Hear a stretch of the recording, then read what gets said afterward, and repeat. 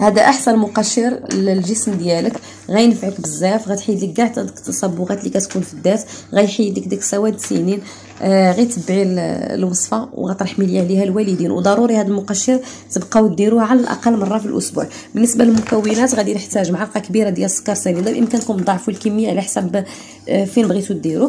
غادي نزيد عليها نص معلقه ديال الخميرات الحلويات اولا بكربونات الصودا، وغادي نزيدوا معاه شويه ديال العصير، عفوا شويه ديال الزيت ديال الليمون. وزيت الليمون الا كان متوفر، الا ما كانش ديري بلاصتو لبان دكار، زيت ديال لبان دكار اولا زيت اللوز ولا زيت الارغان اللي بغيتي. وغادي نديروا الزيت البلديه اللي كنديروها بكثره اللي كتخلط لينا، زائد عصيره ديال الحامض.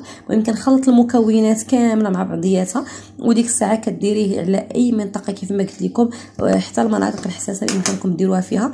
من بعد كتحاولي تقشري ديك المنطقه على الاقل واحد 10 دقائق. من بعد كتغسليها مزيان وكديري فيها زيت ديال اللبان ولا زيت ديال عرق السوس ولا زيت ديال الليمون، لانهم هما اللي كيفتحوا لنا البشره بواحد الطريقه اللي غزاله. ديري الوصفه وعاودي ردي عليا.